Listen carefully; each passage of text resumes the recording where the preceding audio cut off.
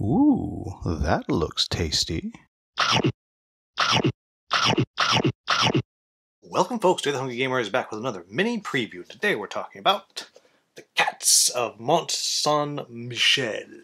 And I'm pretty sure I nailed the French there. And what this game is this is an adventure game where you are playing cats in kind of French Revolution musketeer era France. And you are battling the rats, which are led by the Cardinal Rat, Chief Cardinal Rat, again getting a little bit of that kind of musketeers vibe to it. And this is an adventure book game, and you are playing through different scenarios with each map being on a single page, and each page having a different rule set, and so on and so on and so on. Now, the reason this is a mini preview is I received this game, I don't know, 3 or 4 days ago. There's I don't know, 6, 7 days left in the campaign. And so I got it, and as soon as I was able to get to the table, I did. In fact, it wasn't even on the table. I actually was just playing it in the other room on the floor because that just happened where I had space. And it's very, very rushed. Now, with that said, I have played through 3 of the scenarios, so I do feel I have a pretty good idea of how the game works. And the last thing I'll say is, I'm not going to have a lot of images here. I had the choice of kind of stopping and trying to get some B footage or take some good pictures or get this thing out. And I chose to get it out, so I will have as many pictures as I can find from the BGG page and the campaign and all of that. But what's going to happen is, as I mentioned, you're going to start out with a scenario. It's going to give you some story, and it's not a ton of story, but it's going to give you some story and tell you how to set things up and what your objectives are. And it's important to note that the objectives are going to change. It might be defeat certain things, it might be just get out, it might be accomplish this objective, like taking clay and sealing up a pipe or whatever, and then get out, and different things as you go through. And on your turn, you're going to be able to move, attack, and interact with things. And the movement is somewhat important because, as you can see on the screen, I do have a picture of this, there are big squares with little squares in them. And sometimes you'll just move a single square. Other times you'll move big square to big square, and range for the most part is counted by big squares. So movement is a little bit looser than than sometimes you find in dungeon crawls. And you're going to have the ability to kind of do a pounce, which means you kind of charge and attack, of course that'll leave you vulnerable, and so on and so on. All these kinds of things that you want to do in dungeon crawl adventure games. The other thing I really want to point out is, in addition to every character having various skills that they're going to be a level up into, which will kind of just change the things that they're able to do a little bit, there are a whole mess of different weapons. And these weapons all have, well, not all, many of them have various abilities that come with them, but in general you're going to be rolling a 12-sided die, sometimes more than one 12-sided die, and you're going to compare it to the weapon's stat. And there's obviously, you can miss, but there's a big range in the middle where it's not going to hurt them, but it will stun them, which makes kind of the next attack a little bit easier to hit, and then there's a 2-wound ability. And that kind of matters because sometimes you're kind of playing this little game of using a weapon that maybe has a bigger stun range to stun something, so then you can wail on it with a different weapon later on. And in general, it's pretty easy to trade weapons around, it's decently easy to move around the board, and so on and so on. After your heroes have gone, then you're going to move all the bad guys. And all the bad guys have pretty simple AI. For the most part, they're going to move one square, maybe they have a range attack, they're going to close the distance with you, some have like a pistol that can take one shot, and just kind of things like that.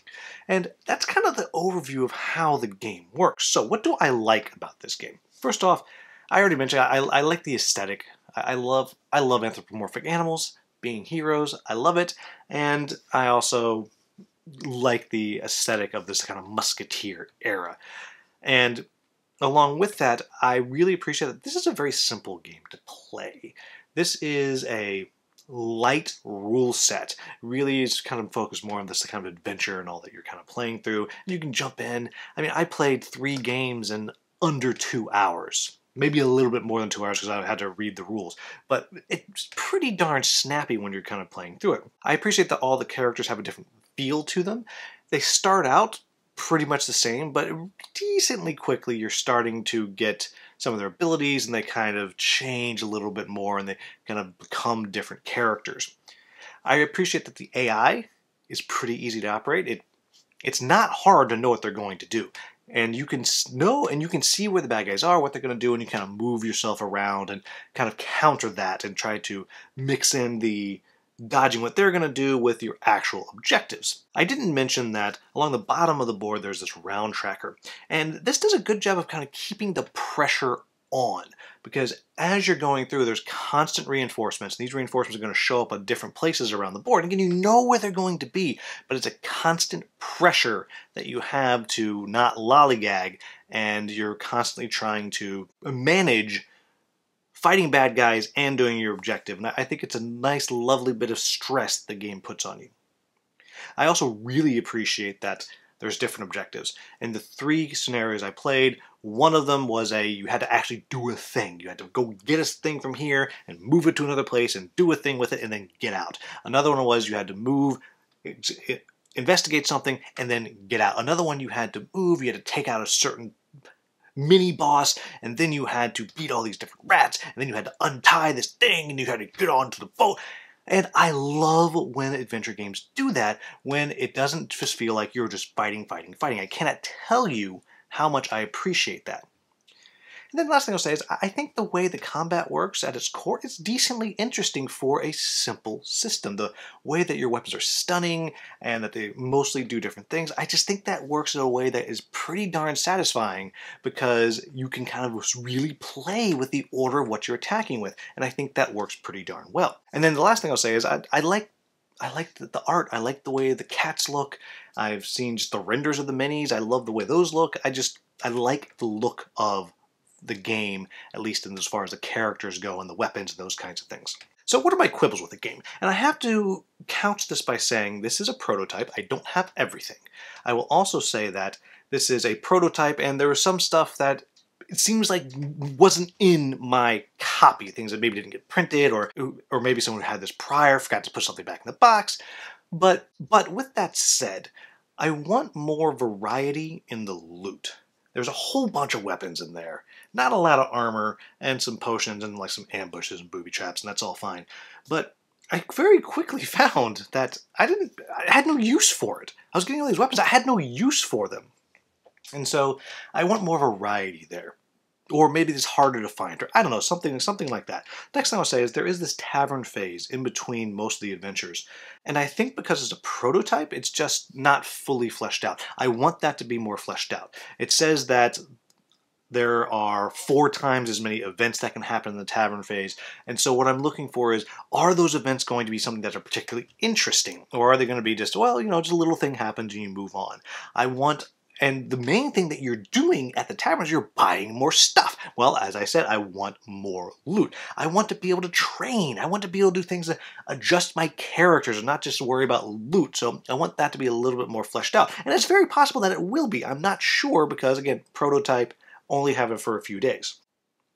The next thing I'll say is, I don't know where the late game is going to go. Are there going to be boss fights? Like, what's going to happen later in the game? This is not a criticism of it. It's just, I literally don't know what it's going to be. The last 2 things I'm going to say is, 1, the story has some dark moments. Like, it's pretty cutesy and stuff, but then there are a couple of dark moments. And that's neither good nor bad, but, you know, if you're playing with kind of kids and stuff, there's a moment or 2 where it's like, ooh, that's a little gruesome. And it's just something to be aware of. I think it's interesting, but not really what I expected. The last thing I'm going to say is, the main thing that I like that puts kind of pressure on your round to make you move is that kind of time of the round track. I do wish that it had a little theme to it, right? It's a timer, and I understand it's there mechanically why, but I wish there was a little bit of, why is it happening? Why does it matter if it gets to the end? Now, to be fair, in the first scenario, it tells you exactly why you have to hurry, because a thing is going to happen if you don't get done by then. But I think there's an opportunity to make that timer even more interesting, because it's a very clever thing they do of different letters, symbols on the timer, and as you hit each one, something's going to happen. I think there's opportunity there to have a ton of cool stuff. But there you have it, folks. I was really interested in playing this because, well, anthropomorphic animals, dungeon crawl. Yeah, I'm in. I'm in. And they were kind enough to get this prototype out to me, and I enjoyed it. I really did. I wish I could spend more time with it, before making this video, but it's a light, clever little game. And it's the type of game that I can just throw out on the table and get to the table pretty darn quick. And in a world of dungeon crawl and adventure games, that's good. I'm also curious as to where the story is going to go, especially these darker elements. So needless to say, I'm very intrigued by this title. I'm thrilled I got it. I don't have time. I have not had time to do this. You're going to see so many videos in the next 2 weeks from me, but I'm very intrigued. I cannot wait to see where this is going to go. So all I will say to you is, if you are intrigued like me, go check out the page. See what's there. Look at the rules and just kind of dig in, because this one's on the line for some people of, oh, this is going to be too simple. And there's a lot of joy in this game if it's what you're looking for, I think. So there you have it, folks. As always, if you found this video useful, please like, subscribe, share, maybe become a channel member. As always, thank you so much for watching. Have a wonderful, wonderful day.